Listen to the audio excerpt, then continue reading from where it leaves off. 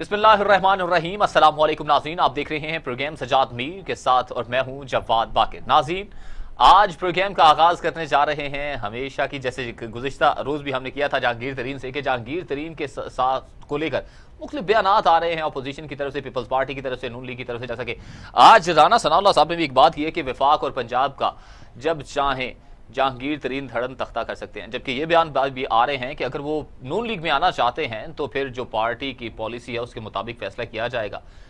दूसरी जानिब कुछ कुछ ख्यालात जो हैं वो उभर रहे हैं पीपल्स पार्टी की तरफ से कि शायद कि ये ज्वाइन करने जा रहे हैं जहांगीर तरीन, मगर जहांगीर तरीन ने वाज़ेह तौर पर कह दिया कि मैं तो इमरान खान का दोस्त था और अब भी हूँ, वो पीछे नहीं हटे। इसी से आज गुफ्तगू का आगाज करेंगे। हमारे साथ स्टूडियो में मौजूद हैं पाकिस्तान के नामवर दानिश्वर कालम नगार तजियाकार सज्जाद मीर साहब। सज्जाद मीर साहब, जहांगीर तरीन को लेकर सियासी पार्टियां नून लीग और पीपल्स पार्टी क्या ये कर रही हैं?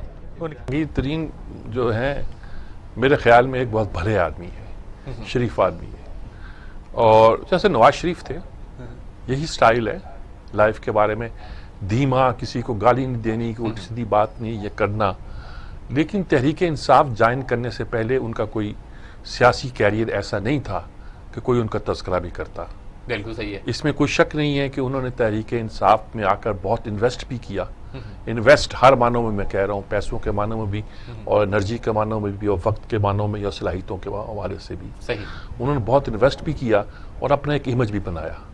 मुझे उन दिनों में याद है कि असद उमर और ये इकट्ठे फिरा करते थे और पता नहीं चल रहा था कि अभी किस दायरे में जाएंगे, किस में काम करेंगे। कोई कहता था नून लीग में जाएंगे तो नून लीग का बोलबाला हो जाएगा, कोई कहता था कुछ, यानी कि ये कहा जाता था कि इन्हें भेजा जा रहा है। और जाजुल हक भी थे, ये भी थे, हुमायूं अख्तर भी थे, वगैरह वगैरह। लेकिन बहरहाल जब ये तहरीक इंसाफ ज्वाइन की तो एक तअस्सुर पैदा हुआ कि शायद तहरीक इंसाफ को आगे लाना मकसूद है, शायद, यानी उसको तअस्सुर पैदा हुआ। असद उमर भी इकट्ठे थे और बाद में ज़ाहिर है उनकी मुखालफत नोन है कि असद उमर को वजारत खजाना से हटाने में इनका काम था। मतलब ये था कि वजारत खजाना चूंकि नहीं चल रही थी और कोई था नहीं जो इमरान को कहता कि ऐसा कर लिया जाए, तो उन्होंने उस वक्त इमरान को सपोर्ट की, सहारा दिया कि ठीक है, अगर कोई आलमी ताकतें भी ये कह रही हैं और हमारी कौमी इस्टेब्लिशमेंट भी कह रही है कि असद उमर को हटाओ, ये थोड़ा थोड़ा थोड़ा सी पैक का नाम लेता है और इस वक्त ज़रूरत यह है कि सी पैक को लपेट कर हम टोटल IMF के खाते में चले जाएं। तो उनको हटाना पड़ा। उस वक्त बड़ा रेलेवेंट थे। और फिर जब मुकदमे चले ये नाअहली वगैरह के, सादक व अमीन के चक्कर के, तो साकिब निसार ने ये किया, कुछ लोगों ने ख्याल है कि बैलेंस किया कि इमरान खान को तो क्लियर कर दिया। नवाज शरीफ नाअहल हो चुके थे, इमरान खान ऐसा लगता था कि ये भी नाअहल हो जाएंगे, लेकिन इमरान खान को क्लियर करके जहांगीर तरीन को एक मुकदमे में ऐसे कोई था वो नाअहल करा दिया कि जो सादक व अमीन नहीं। बड़ा दुख हुआ इमरान खान को। ये कहा जाता था कि ये और अलीम खान इमरान खान के 2 ATM हैं। और बहुत सी बातें इसमें हवाले से कही जा सकती हैं। जाती हवालों से भी इनका नाम आते थे कि ये गोया उनके बहुत करीब हैं और मशवरे भी देते हैं। शादियों के बारे में भी किचन चलाते रहे, शादियों के बारे में था और इस तरह की दूसरी चीज़ें थी। ये इन सारी बातों के बावजूद जब ये वो नाअहल भी हो गए तो इन्होंने बड़ा बुनियादी रोल अदा किया। यही नहीं कि इनके पास त्यारा था, त्यारा तो बहुत से लोगों के पास है, त्यारा तो मलिक रियाज के पास भी था और मलिक रियाज हुकूमतों की जोड़ तोड़ में और करने में बहुत काम भी करते हैं हमारे मुल्क के अंदर। लेकिन उस वक्त तहरीक इंसाफ के लिए जिसने काम किया वो जहांगीर तरीन थे। वो किस कन्विंस किया, लाया, साथ किया।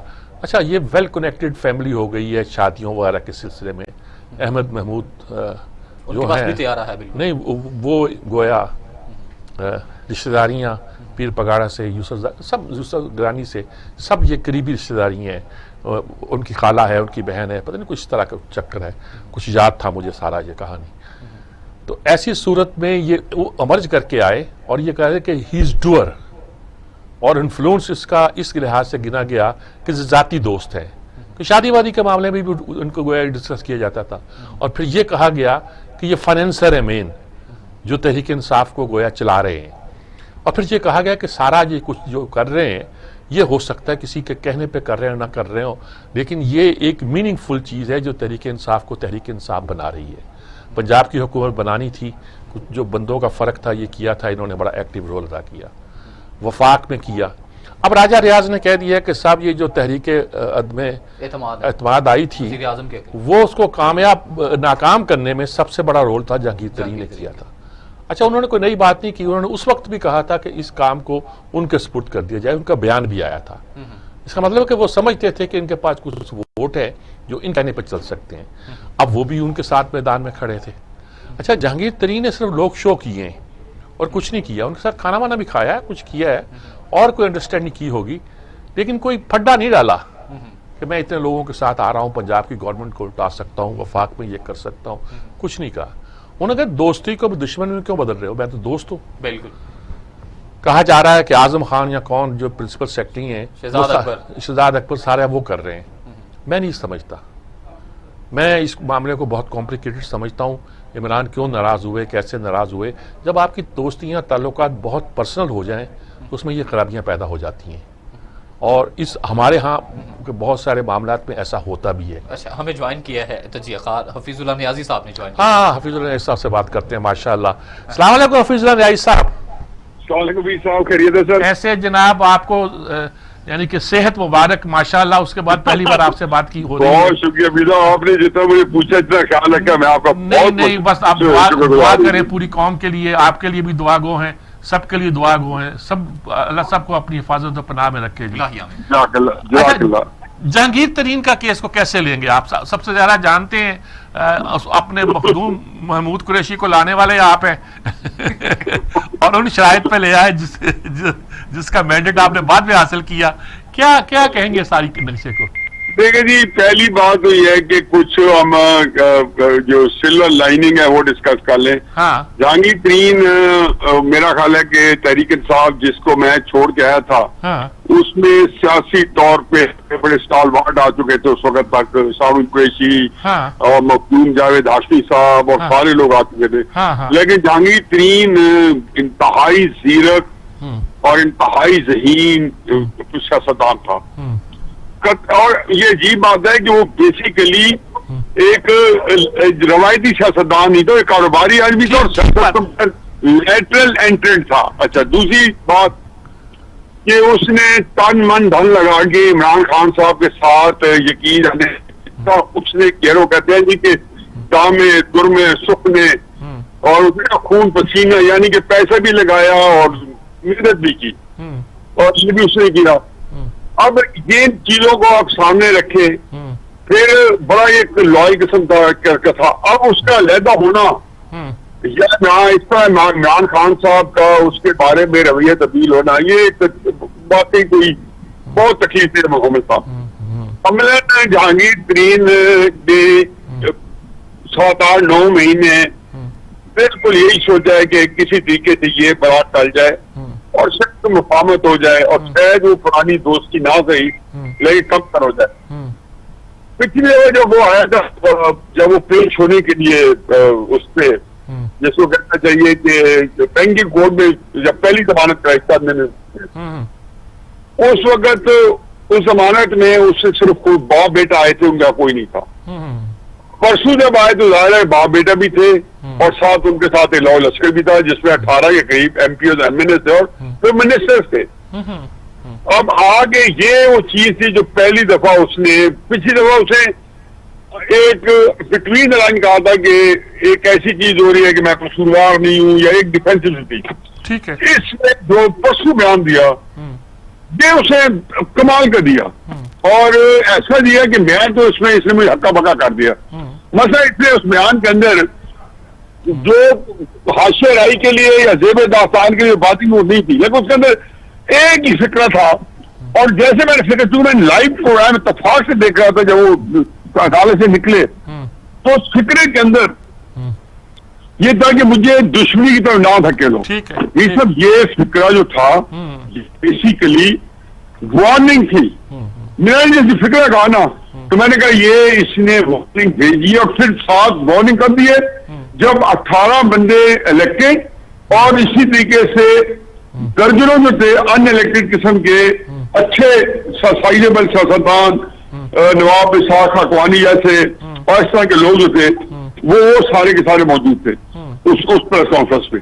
तो बेसिकली जिसको कहना चाहिए जो कहते हैं अंग्रेजी में कहते हैं कि थ्रोइंग द ग्लव, ये थ्रोइंग द गनलेट, तो उसने वो चैलेंज थ्रो कर दिया कि अगर आपने और कहा ना, if you push me I just find. अच्छा, एक बड़ी अजीब बात, बड़ी अच्छी राजा रियाज ने कही है कि जो नो कॉन्फिडेंस मूवमेंट को खत्म करने के लिए इन्होंने बड़ा काम किया, और ये इस्लामाबाद में थे और इमरान से इनके राब्ते भी थे, लेकिन उसके बाद कोई राब्ता ही नहीं। ये क्या काम निकाल लिया और उसके बाद भूल गए वाली बात, वो किस्सा हो गया ये तो? मीर साहब, ये तो है इमरान खान साहब का हिस्ट्री है। हाँ। आपने तो इसको एक नाम दिया था कजन किलर का, आप ये कहे कजन एंड फ्रेंड्स किलर, क्योंकि ये सिर्फ कजन तक महदूद नहीं है। इमरान खान साहब के साथ Allah Majid Khan syndrome, cousin killer कहा था।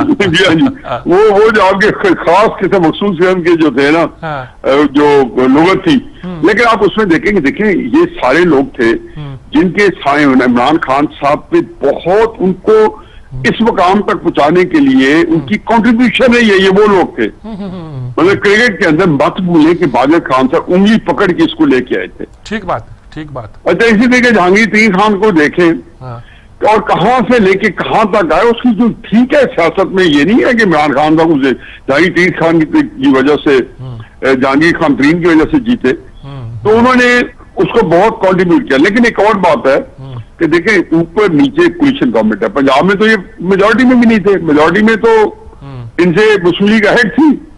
ठीक है, वो तो एस्टैब्लिशमेंट का इनके सर पे हाथ था। चुनाचे उन्होंने कर करा के, लेकिन इसमें सारा कॉन्ट्रीब्यूशन जो था ये एमपीएस लाने का और सारा ये जहांगीर खान तरीन का था। लेकिन जो मैं पॉइंट आउट कर रहा हूं कि अगर ये 10-15 बंदे जहांगीर खान के साथ हैं, 15 से 20 बंदों का ग्रुप तो 2-2.5 साल से पहले से मौजूद है, और वो जो 15-20 साल से पहले से मौजूद है उनको ग्रुप जहांगीर। तो ये अगर आप ये देखें कि जो कच्चे धागे से बंदी कोलिशन है, अगर वो कोलिशन जो है उसमें वो बंदे भी आ जाए जिन्होंने इंडिपेंडेंट ग्रुप बनाया, जो कई बार टीवी पे आ चुके हैं, जहांगीर खान तरीन के बंदे भी आ जाएं, तो इनके बाद इनके पल्ले रह क्या जाएगा? ठीक है, आपका क्या ख्याल है? और यही जहांगीर खान ने बताया कि देख रहे हैं कि ये आप मेरी स्ट्रेंथ है, और ये मैं जो है ये कुछ कर रहा हूँ। अच्छा, मैं ये पूछ रहा हूँ, आपको क्या ख्याल है, कोई एस्टेब्लिशमेंट पीछे है? पहले तो साथ दिया था ना पंजाब में हुकूमत बनाने में, वफाक में हुकूमत बनाने में, अब कहीं एस्टेब्लिशमेंट तो पीछे नहीं इनसे कुछ बहुत से काम? क्या मेरा ख्याल है जी कि इस वक्त मैं तो खैर 2-3 बातें। पहली बात यह है कि हमेशा से कहता हूं, पहले दिन से कहता हूं कि ये एक सफ़े पे नहीं है। पाकिस्तान के अंदर एक मैट्रिक्स है, एक मैट्रिक्स है तिकोनी, यानी कि एक कोने पे एस्टेब्लिशमेंट बैठी है, एक पे पीटी की गवर्नमेंट और एक पे पीटीएम है। ये तीनों एक दूसरे के खिलाफ नब्बर्द आजमा है। मैं तो बार बार कह के थक जाऊं। ये जरूर है कि उसके अंदर चीजें होती हैं कि जिसमें आपको एडजस्ट करना पड़ता है। जैसे आप देखें कि पीडीएम के साथ आप मुफाहमत हो गई, पीपल्स पार्टी के साथ हो गई, मरियम नवाज कभी चुप हो गई, नवाज शरीफ साहब बाहर चले गए। इसी तरीके से उन्होंने पीटीआई की हुकूमत है उसको लेके आए हैं और उसके बाद उसको भी चलाना है। अब दूसरी बात यह है कि मेरा अपना जो जायका है, जो सियासी जायका मैं निकालता हूँ, जो मेरा अपना एनालिसिस है, जहांगीर तरीन साहब जो है वो बेसिकली असल प्रॉब्लम उनका एस्टैब्लिशमेंट से है। यानी कि जब उनको सुप्रीम कोर्ट ने नायल करा दिया था तो मैंने अपने प्रोग्राम से भी कहता रहा कि हजूर ये वाकया, ये वारदात एस्टैब्लिशमेंट की है, क्योंकि हमारे यहाँ अदालतों पे असर रसूख ज्यादा एस्टैब्लिशमेंट का है, और नैब जो है एस्टैब्लिशमेंट ने सोर्स आउट की है इमरान खान के लिए पिछले 2.5-3-4 सालों से। चुनाचे जहांगीर खान तरीन को जब नायल किया और उसको हमेशा के लिए सियासत से बाहर निकाला, उसकी बैकग्राउंड है कि वो क्यों हुआ, एस्टैब्लिशमेंट क्यों इसके पीछे पड़ गई, क्योंकि ये लोग तो सारे एस्टैब्लिशमेंट के लोग थे, इनके तो बड़े कलाकार थे इन लोग थी। खैर एक और टॉपिक है। तो इस वक्त एस्टैब्लिशमेंट जो है, इस चावलों में भी जब जनवरी में रिपोर्ट आई थी 2020 के अंदर, तो इमरान खान साहब की कैबिनेट में इसको लव करार दे के, फ्रिवलेस करार दे के उसको फेंक दिया था। ये फिर दोबारा इसको कहा कि फॉर्जिंग कराए, उन्होंने दोबारा कराया। तो हर दफा रिपोर्ट के अंदर बुज़दार, असद कैसर और उधर फंसते थे रज़ाक दाऊद। उस जमाने असद कैसर को निकालना, सारों को निकालना आसान काम नहीं था। चुनाचे एज ए कॉम्प्रोमाइज उनको पता था कि जहांगीर खान की तरफ आना, जहांगीर खान को लेके बैठ गए। और ये जो है वो जिसको कहना चाहिए कि एक एस्केप या एक होता है कि आखिर में किसी को एक को ब्लेम गेम में जहांगीर फंस गया। अब वो बात इतनी बढ़ गई है कि पूरी शुगर इंडस्ट्री जो है वो स्टेक पे आ गई है।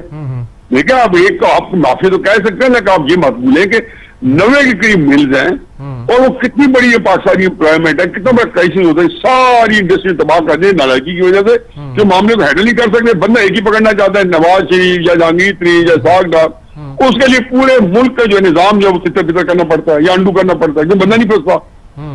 तो ये एक बड़ा उलझा मामला है। लेकिन अब अगर ये लड़ाई जहांगीर तरीन साहब की बढ़ गई, जो कि बढ़ गई है, और जहांगीर तरीन साहब ने कल अपना शो ऑफ स्ट्रेंथ किया है, तो जिस ताकत का मुजाहरा किया उसमें उन्होंने मैसेज भेज दिए और बंदे भी दिखा दिए। ये कोई आम बात नहीं है कि वो बंदे खुल के सामने आए फिर आपको टीवी पे आके जहांगीर तरीन की हिमायत को दोबारा एंडोर्स करें। ठीक बात, बड़ी बात है, बिल्कुल दुरुस्त कहा आपने हफीजुल्लाह नाई साहब, बहुत शुक्रिया आपका। दिल तो करता कि आपकी ऐसी दिलकश बातें सुनते ही रहें, लेकिन बहरहाल वक्त चूंकि महदूद होता है, इसलिए बहुत शुक्रिया आपका। आपने पूरी बात के अंदर की स्टोरी भी बयान की और तजिया भी कर दिया। ये दोनों चीजें हमारे लिए इस वक्त रिक्वायर्ड थी, जरूरी थी, वो वैसे उन्होंने हमारी ये जरूरत पूरी कर दी। अच्छा मीर साहब, आप क्या देखते हैं ये जो चीनी की कीमतों में इजाफा है, ये सारे का सारा ये जो मलबा है ये जहांगीर तरीन पे क्यों डाला जा रहा है? जहांगीर तरीन देखो 80 मिले हैं, वही कह रहे हैं, और शहजाद अकबर कह रहे हैं 20% इनकी है, यानी शुगर प्रोडक्शन की। कैसे होगी फिर?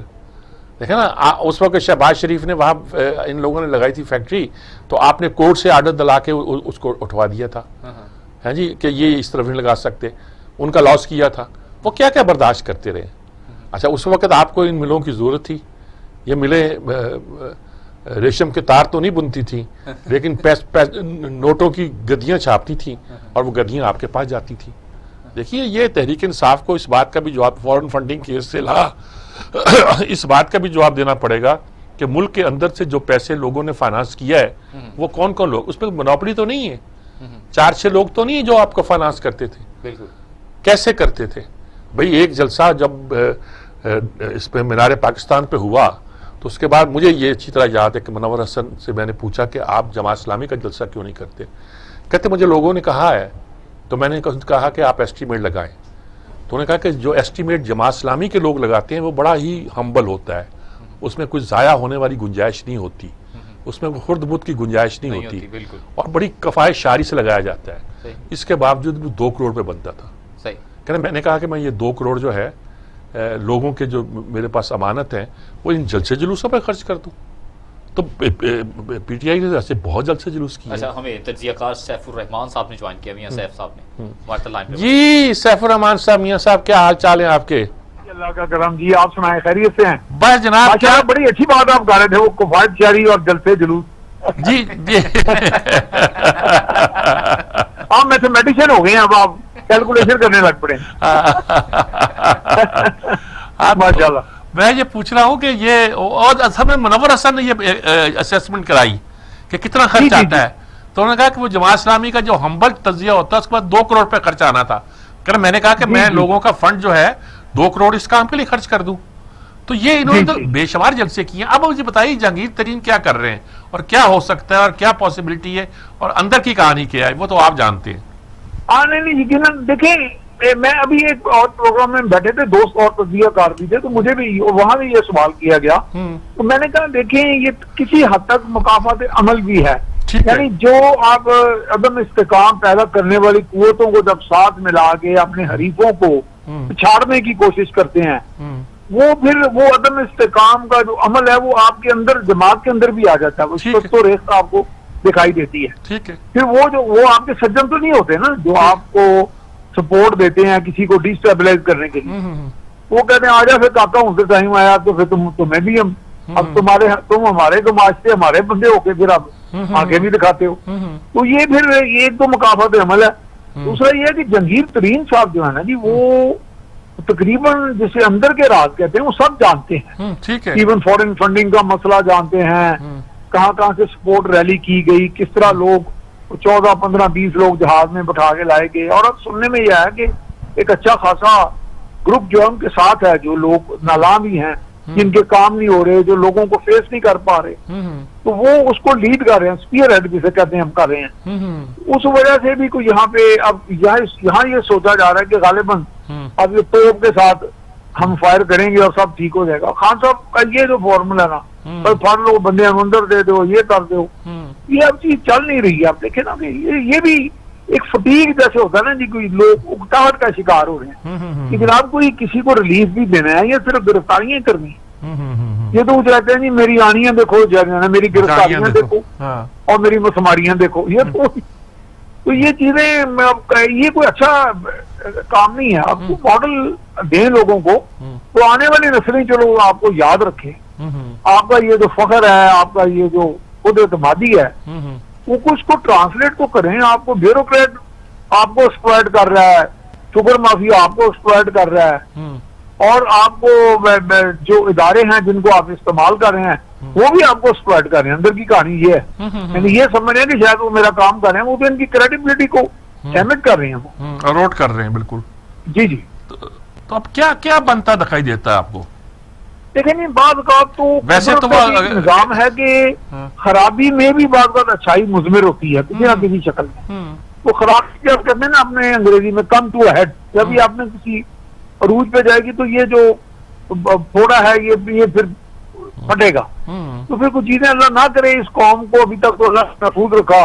वो तहरीर स्क्वेयर और वो जो खूनी इनकलाब जिसका जिक्र भी इमरान खान कर चुके हैं, तो ये खुदा ना खास्ता ऐसे लगता है कि जैसे ये को ख्वाहिश भी रखते हैं। तो ये तो बड़ी पुरअमन कौम है, तहरीकें चली हैं, तहरीक पाकिस्तान चली, पाकिस्तान की आजादी की चली, लेकिन इस तरह मुतशद्दद या खूनी तहरीक नहीं हमारे यहाँ चलती है। कौम को फिर भी अल्लाह का इस तरह साया है कि लोग किसी हद तक तहम्मुल मजाज हैं, लेकिन मुझे लगता है कि ये तहम्मुल पर का भी खुदा ना खास्ता वो हद ना पार हो जाए, ये स्टेज ना आ जाए। हाँ, ठीक बात।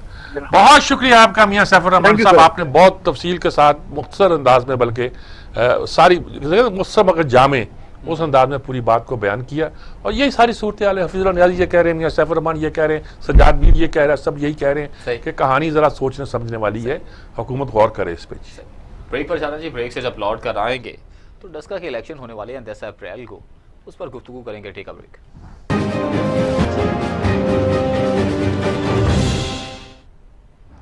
Welcome back.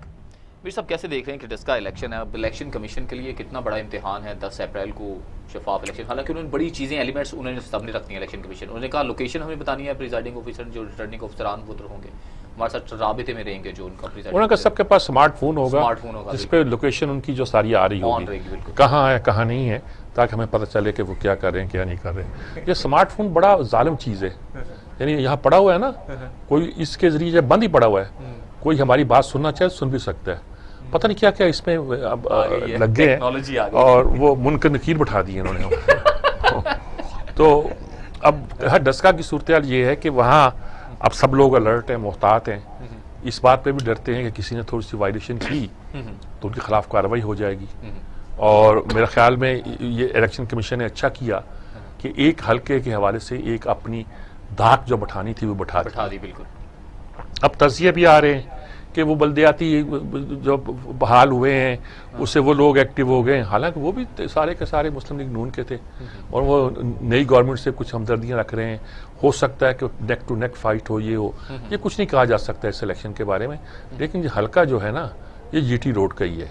यानी जीटी रोड का होने का मतलब ये है कि ये वहाँ का हल्का है जहाँ से चल के नवाज शरीफ जो था वो लाहौर में आया था और नारे लगाते हुए कि मुझे क्यों निकाला वगैरह वगैरह के।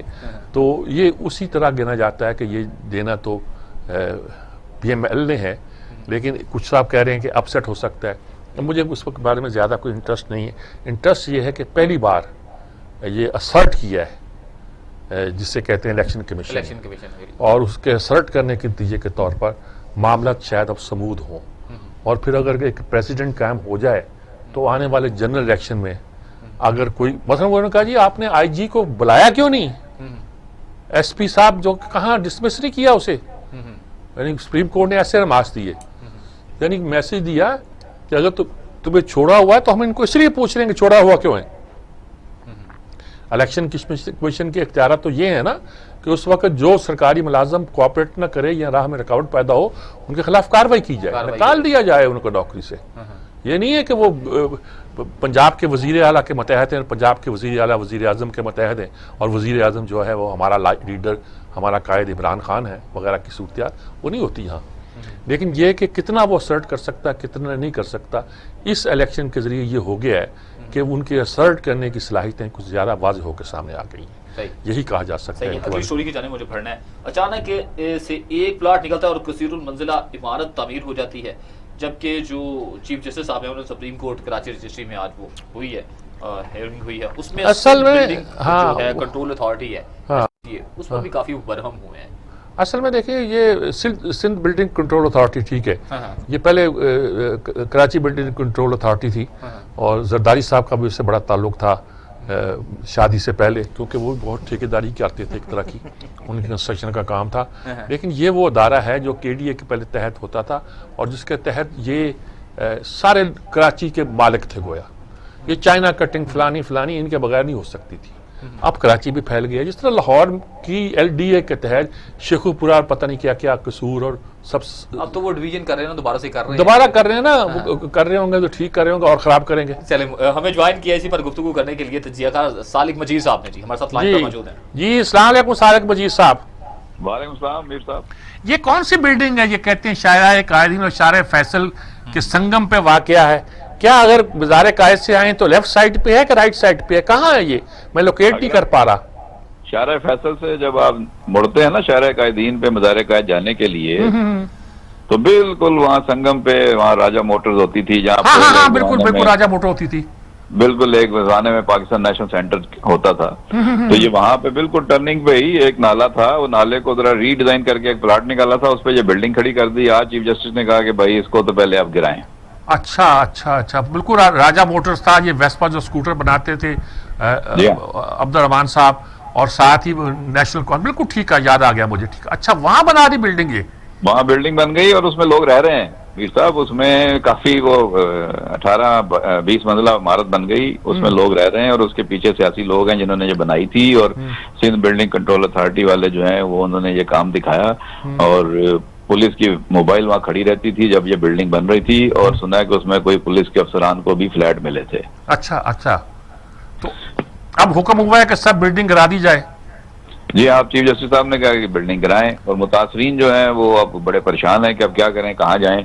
और उन्होंने वक्त मांगा था, लेकिन जाहिर है कि आज सुप्रीम कोर्ट में बड़ी लंबी इस पे बहस हुई और चीफ जस्टिस ने कहा कि नहीं जी अब कोई नहीं, इस पे आप जो है वो जाके गिराएं। जब ये खरीद रहे होते हैं तो लोग बच्चे थोड़ी होते हैं, उन्हें पता होता है कि कौन सी जगह सही है, कौन सी जगह गलत है। तो सारे इदारे, बल्कि उन्होंने ये कहा कि सिंध बिल्डिंग कंट्रोल अथॉरिटी जो है वो तो बिल्डर्स का जो है वो तर्जुमान बना हुआ है, उनका एजेंट बन के यहाँ पे काम कर रहा है। तो बजाय इसके कि जो उन पे निगरानी करे, उनको रेगुलेट करे, ये तो उनके साथ मिल गया। और वहाँ पे एक बहुत ही बारिश से मौलवी साहब बिठा दिए हैं, बड़े अच्छे सरकारी अफसर हैं वो शम्स साहब, लेकिन जो है वो वहाँ पे अरबों रुपया महीने का जमा होता है सिंध बिल्डिंग कंट्रोल अथॉरिटी में। चीफ जस्टिस के रिमार्क्स हैं और ये बात सही है। इमरान खान साहब ने नई रियासत मदीना तो बना दी, करप्शन के खिलाफ नायब का एक्टिव भी कर दिया, लेकिन पूरे मुल्क में और सिंध में बिलखसूस जो है वो करप्शन जो है वो कम होने की बजाय बढ़ गई है, रेट बढ़ गया है। और उसी तरीके से जो है वो यहाँ पे करप्शन की गंगा बह रही है और लोग उसमें हाथ धो रहे हैं, और कोई किसी किस्म की यहाँ पे परेशानी नहीं है। सामने लोग उन्होंने अच्छे अच्छे चेहरे वाले बिठा दिए हैं जिनको आप कहते हैं कि बड़े साफ सुथरे लोग हैं, लेकिन महकमे हाईजैक करके बैकडोर पॉलिसी होती थी ना आपकी, बैकडोर डिप्लोमेसी, यहाँ पे बैकडोर करप्शन हो रही है। यहाँ पे किसी और बंगले में बैठ के सारे फैसले होते हैं और सुबह वो दफ्तरों में आके फाइलों पे साइन हो जाते हैं।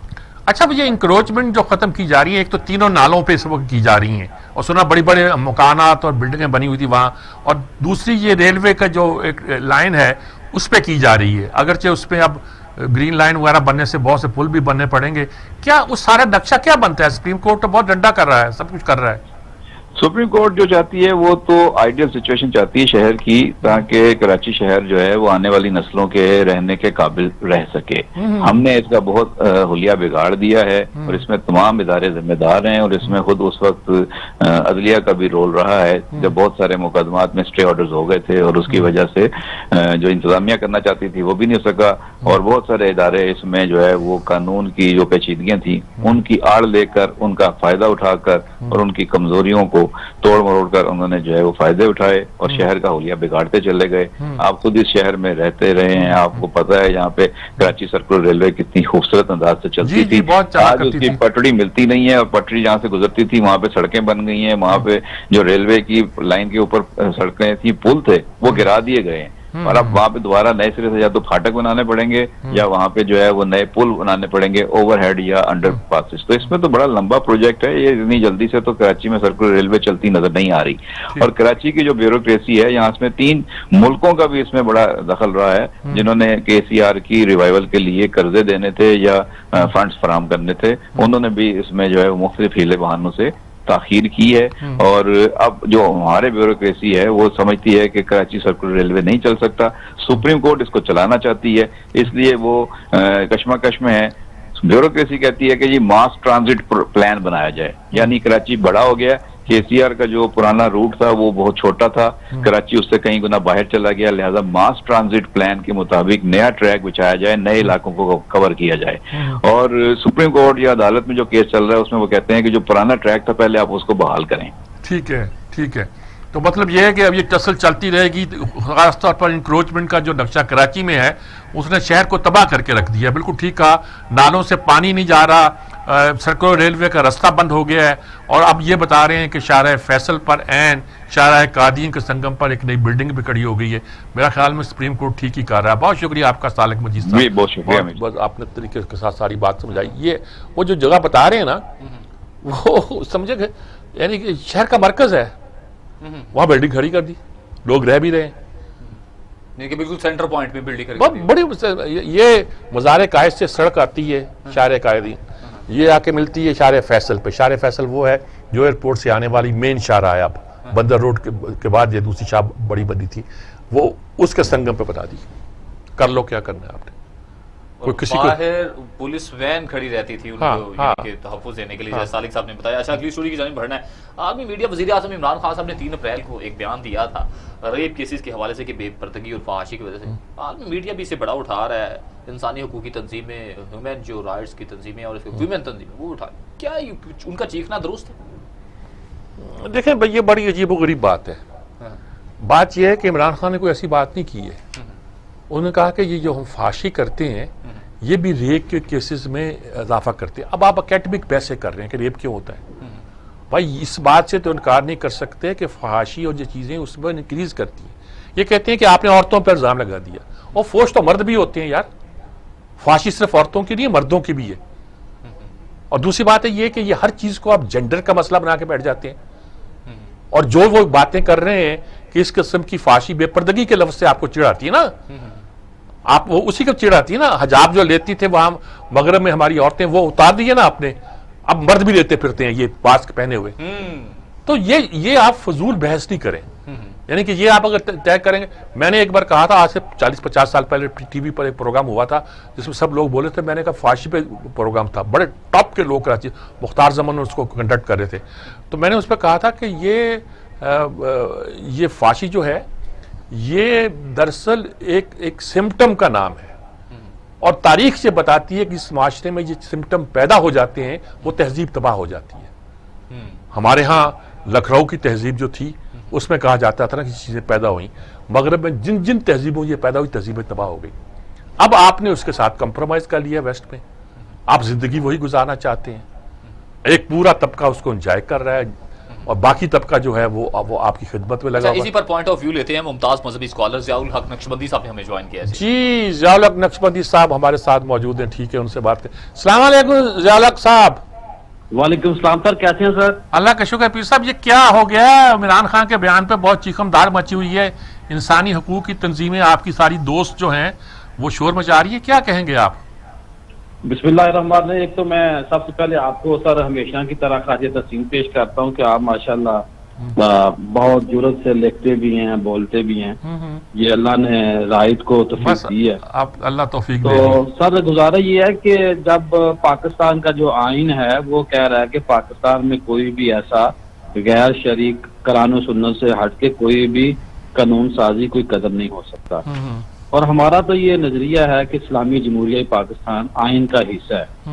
और जब इस्लामी जमहूरिया पाकिस्तान है तो पाकिस्तान हमने कतरीना कैफ का डांस देखने के लिए या करीना कपूर की तर्ज पे पाकिस्तान को चलाने के लिए नहीं बनाया था।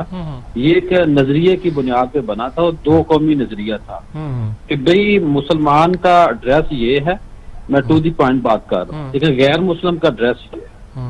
लेकिन बदकिस्मती से आप इसको कह लें कि बुनियादी तौर पे हम साल से एक हिंदुओं और सिखों के साथ रहे, मैं उनकी माजल्ला इस पे कोई ऐसी बात नहीं कर रहा, लेकिन बीइंग मुस्लिम हम एक मुस्लिम कंट्री इस्लामी माशरे में ना तो हम रह रहे हैं ना हमें वो माहौल दिया गया। तो जब एक बंदे ने बात की है तो जो शोर मच रहा है असल में फंड पे मच रहा है, खवातीन का मसला नहीं है।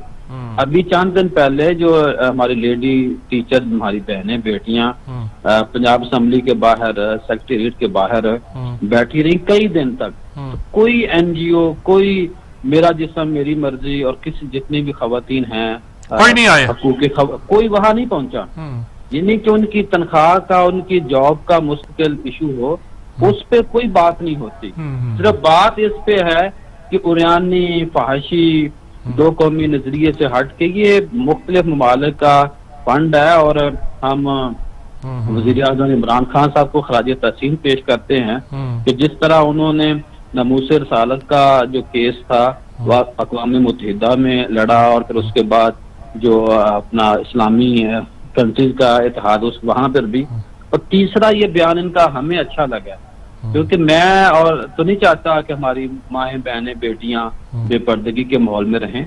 केस टू केस देखा जाता है और उरियानी फाशी से मसाइल पाकिस्तान के बड़े हैं और ये बात उनकी बिल्कुल दुरुस्त है कि जो मगरब और यूरोप कंट्रीज हैं वहां भी इन्हीं चीजों से वो तो थक गए हैं, वो हार गए हैं इस निजाम पे, और हम हैं कि बस उधर जा रहे हैं, ताज़ा ताज़ा हमें हवा का झोंका लग रहा है, लेकिन जिन को ये इसका मजा चख लिया जिन ममालिक में, वो तो पछता रहे हैं। और हम मुसलमान हैं, हम मरने के बाद अल्लाह की बारगाह में जवाब देना है और जवाब देने के साथ हमने रसूल पाक सल्लल्लाहु अलैहि वसल्लम के सामने सुरखरू, अल्लाह के सामने सुरखरू होना है कि हमने कलमा ला इलाहा इल्लल्लाह मोहम्मद रसूलुल्लाह सल्लल्लाहु अलैहि वसल्लम पढ़ा था, तो हम इस पे अमल भी करते थे। बहुत शुक्रिया आपका ज़वालक नक्शबंदी साहब, बहुत शुक्रिया आपका, आपने बहुत तफसील के साथ इस बात की वजाहत कर दी।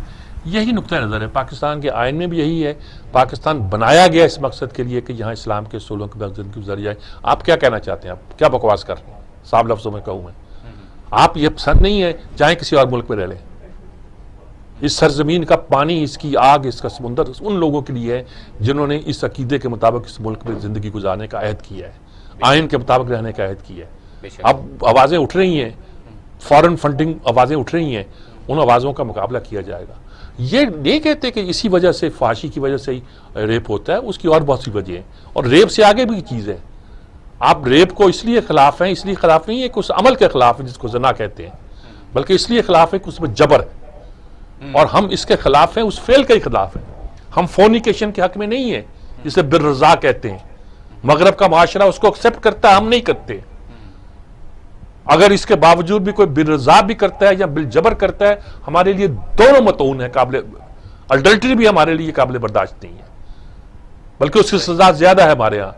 आपके यहाँ अडल्टरी का मतलब है कि अखलाकी तौर पर तो गलत है, बरज़ा और रग़बत अगर किसी शादीशुदा जोड़े ने इधर के उधर कर लिया, अरे हमारे यहाँ उसके असूल हैं, बड़े वाज़े असूल हैं। आपको इस माशरे में रहना है तो उन असूलों को फॉलो करना पड़ेगा। सही। हमें क्लोजिंग रिमार्क्स, क्लोजिंग रिमार्क्स यही है कि जहांगीर तरीन चल रहा है आजकल, आखिर में आप ये ले आए हैं, ये तो खैर बहुत बुनियादी पौधे का इलेक्शन भी है जी फिर। जी जी बहुत शुक्रिया मीर साहब। इसके साथ ही प्रोग्राम का वक्त अपने इख्तिताम को पहुंचा। अपने मेजबान जवाद बाकिर को दीजिएगा इजाजत। अल्लाह ने के बाद।